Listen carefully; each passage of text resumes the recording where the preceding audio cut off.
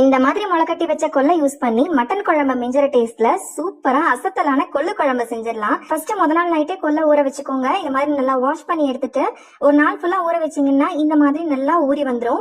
இனி இந்த மாதிரி ஒரு வெள்ளை துணியில கட்டி வச்சுக்கோங்க.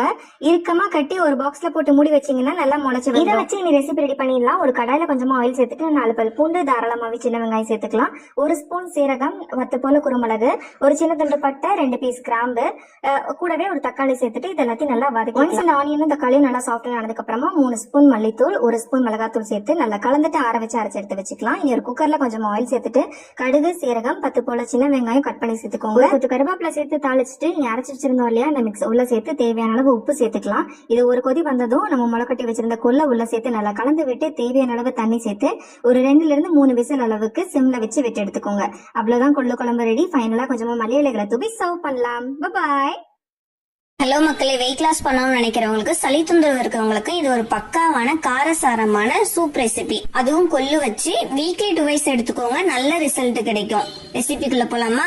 நான் எடுத்திருக்கிறது 100 கிராம் கொள்ளு. இந்த அளவுக்கு 4 பேரு கரெக்டா இருக்கும். கொள்ளு நல்லா பொன்னிறமா வறுத்துட்டு நல்லா கழுவிடுங்க. இப்போ ஒரு குக்கர்ல கொள்ளு, பூண்டு, சின்ன வெங்காயம், ஜீரகம், மிளகு, 1 நாட்டு தக்காளி, கருவேப்பிலை, கொத்தமல்லி தழை, பெருங்காய பொடி, உப்பு, மஞ்சள் தூள், அது கூட 1 லிட்டர் தண்ணி சேர்த்து லாஸ்டா நல்லெண்ணெய் 1 டேபிள் ஸ்பூன் விட்டு குக்கரை மூடி 8 to 10 விசில் விட்டீங்கன்னா நல்லா இந்த மாதிரி வெந்திருக்கும். இப்போ வெந்த கொள்ளுல இருக்க தண்ணியை மட்டும் வடிகட்டி ஒரு ஓரமா வச்சிருங்க. கொள்ளை மட்டும் தனியா எடுத்து மிக்ஸி ஜார்ல போட்டு அரைச்சுக்கோங்க. அரைச்ச கொள்ளை வடிகட்டி வச்ச கொள்ளு தண்ணி கூட சேர்த்து கொத்தமல்லி தழை போட்டு நல்லா சுட சுட சர்வ் பண்ணீங்கன்னா சூப் ரெடி. டேஸ்ட் ரொம்ப நல்லா இருக்கும். ட்ரை பண்ணிட்டு எப்படி இருந்துச்சுன்னு சொல்லுங்க. பாய்.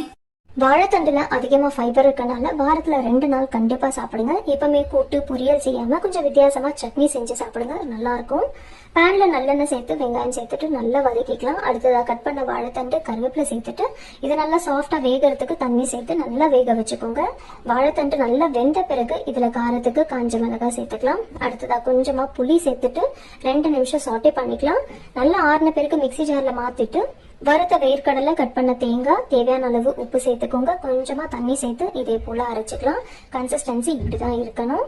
இப்ப தாளிக்கிறதுக்கு எண்ணெயில கடுகு, கருவேப்பிலை சேர்த்துட்டு தாளிச்சிட்டீங்கன்னா ஹெல்தியா வாழைத்தண்டு சட்னி ரெடி. இட்லி, தோசை, சப்பாத்தி, ரைஸ்க்கு ரொம்ப நல்லா இருக்கும். கண்டிப்பா செஞ்சு பாருங்க. அரைச்சு விட்டு முட்டை குழம்பு இந்த மாதிரி செஞ்சு பாருங்க. டேஸ்ட் சூப்பரா இருக்கும். சட்டியில 1 டேபிள் ஸ்பூன் ஆயில் சேர்த்துட்டு 1 டீஸ்பூன் குருமிளகு, 1 டீஸ்பூன் சோம்பு, 1 டீஸ்பூன் ஜீரகம், ஒரு கையளவுக்கு சின்ன வெங்காயம், ஒரு கட்டி பூண்டு, 2 இன்ச் அளவுக்கு இஞ்சி எல்லாத்தையும் சேர்த்து நல்லா வதக்கிட்டு ஆறி வந்ததுக்கு அப்புறமா மிக்ஸி ஜாருக்கு மாத்திட்டு அதோடவே ஒரு தக்காளி பழத்தையும் சேர்த்து நல்லா நைஸா அரைச்சுக்கோங்க. 3/4 கப் போல தேங்காவை கட் பண்ணி அதை பால் எடுத்து தனியா வச்சுக்கலாம். பேன்ல 1 டீஸ்பூன் போல ஆயில் சேர்த்து 1/2 டீஸ்பூன் உப்பு, 1 டீஸ்பூன் மிளகாத்தூள், அதோடவே வேக வச்சிருக்கிற முட்டை ஒரு 6 முட்டையை கீரல் போட்டு 1 நிமிஷம் போல நல்லா வறுத்து வெளியே எடுத்து வச்சுக்கோங்க. 1 டேபிள் ஸ்பூன் ஆயில் சேர்த்துட்டு 1 டீஸ்பூன் ஜீரகம் சேர்த்து அதோடவே ஸ்பைசஸ் எல்லாம் சேர்த்துட்டு ஒரு கொத்து கருவேப்பிலையும் சேர்த்து நம்ம அரைச்ச விழுதையும் சேர்த்து நல்ல எண்ணெய் பிரியற மாதிரி நல்லா 1 நிமிஷம் போல வதக்கி விட்டுட்டு 1 கப் போல தண்ணி சேர்த்து நல்லா கலந்து விட்டுருங்க. அதோடவே 1 டீஸ்பூன் போல உப்பு சேர்த்து நல்லா கலந்து விட்டுட்டு நம்ம அரைச்சு வச்சிருக்கிற 1/2 கப் போல தேங்காய் பாலை சேர்த்து நல்லா கலந்து விட்டுக்கலாம். திக்கான தேங்காய் பாலை சேர்த்துக்கோங்க. நல்லா கலந்து விட்டுட்டு ஹை ஃபிளேம்ல வச்சு கொதிக்க வச்சுக்கோங்க. குழம்பு நல்லா கொதி வரும்போது நம்ம வறுத்து வச்சிருக்கிற முட்டையை சேர்த்து நல்லா ஹை ஃபிளேம்ல 5 நிமிஷம் கொதிக்க வச்சு மீடியம் ஃபிளேமுக்கு கொண்டு போய் மூடி வச்சிருங்க. அவ்வளவுதான். நல்லா எண்ணெய் எல்லாம் செப்பரேட் ஆனதுக்கு அப்புறம் ஸ்டவ் அணைச்சிட்டு 1/2 கை அளவுக்கு மல்லித்தலை தூவி இறக்குனீங்கன்னா டேஸ்டியான அரைச்சு விட்ட தேங்காய் பால் முட்டை குழம்பு சூப்பரா ரெடி ஆயிடுச்சுங்க. கண்டிப்பா ட்ரை பண்ணி பாருங்க. தேங்க்யூ.